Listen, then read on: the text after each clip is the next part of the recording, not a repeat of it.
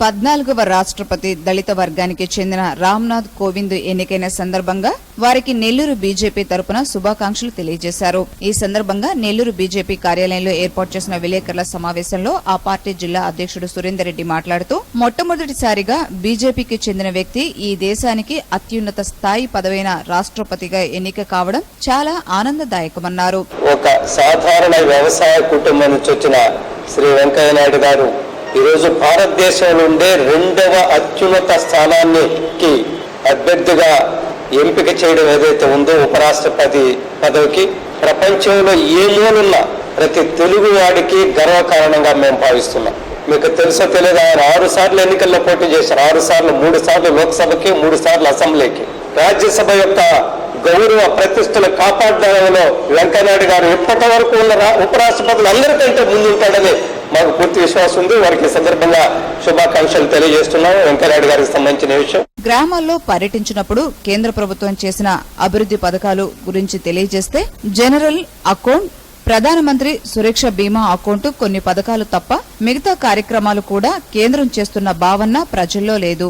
అదేవిధంగా పెన్షన్ 1000 రూపాయలు చేసింది కేంద్ర ప్రభుత్వం అని ప్రజల్లో అవగాహన లేదు. మరుగుదొడ్లకు కూడా కేంద్ర ప్రభుత్వమే ఇస్తుందని ప్రజలకు తెలియదని వాపోయారు.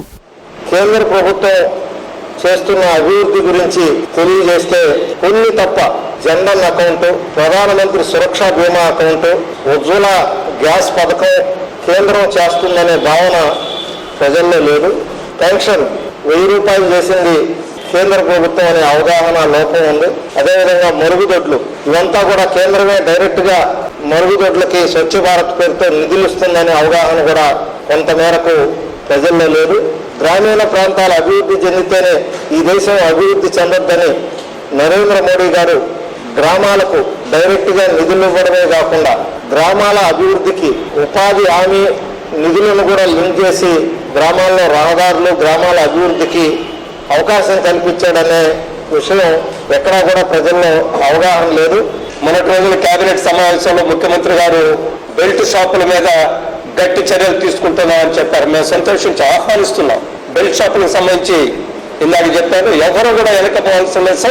అవసరం వస్తే అన్ని రాజకీయ పార్టీల మద్దతు తీసుకుని బెల్ట్ షాపుల్ని సర్వనాశనం చేయాలా, వాటిని నిరోధించాలా, బెల్ట్ షాపులు నడిపే వాళ్ళ మీద కఠిన చర్యలు, అవసరం వస్తే కొత్త చట్టాలను తయారు చేయాలా. ఈ విధంగా ప్రభుత్వం గట్టిగా చర్యలు తీసుకోవాలని ఈ సందర్భంగా మరొకసారి ముఖ్యమంత్రి, ఇది ఆరంభ స్వరత్వం కాకూడదని మాత్రం ముఖ్యమంత్రి గారికి నేను విజ్ఞప్తి చేస్తున్నాను.